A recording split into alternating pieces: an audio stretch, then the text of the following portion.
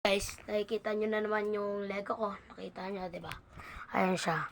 So, kung kagahapon, ginawa natin dalawang kotse, tsaka matira-tira natin Lego pieces. Ngayon, ganun pa rin to guys. Pero, nag-upgrade na to. Sinama na natin dito yung isa nating heli. So, ito siya, may tatlong tao dito sa likod at isang driver. Ito guys, para sa ano niya to. Tignan nyo, tutok na tutok sa mata niya. Dito siya titingin. Ito yung parang telescope yun niya dahil hindi niya makita dito. Wala siyang monitor, di ba? And it's so far maganda na may ilalim. Maayos. Ito guys, susubukan natin siya paanda rin. Ayan na. Ganun siya guys. And yung balita natin sa ito pala guys na hahagip pala ito sa dalawa. Upya. Sira. Guys, ayusin na natin. Lalapag ko muna ito. So yun, may ipapakita ko sa inyo pagka ayos ko nito. So guys, naayos ko na. Nahati pala ito sa dalawa guys. Diba? Ito. Tsaka ito. So, ayan. Kopya yung bumper natin.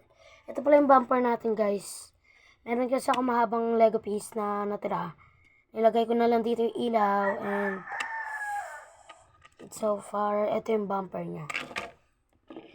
Ito na yung nahati natin. Ganito yung itsura na itong isa.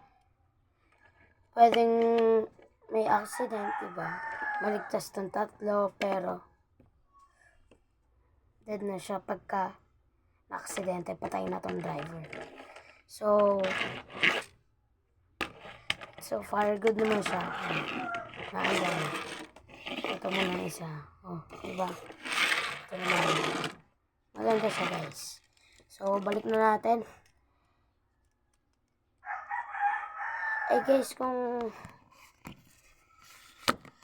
maitatanong nyo kung nasa na yung iba nating Lego, andito lang yan guys.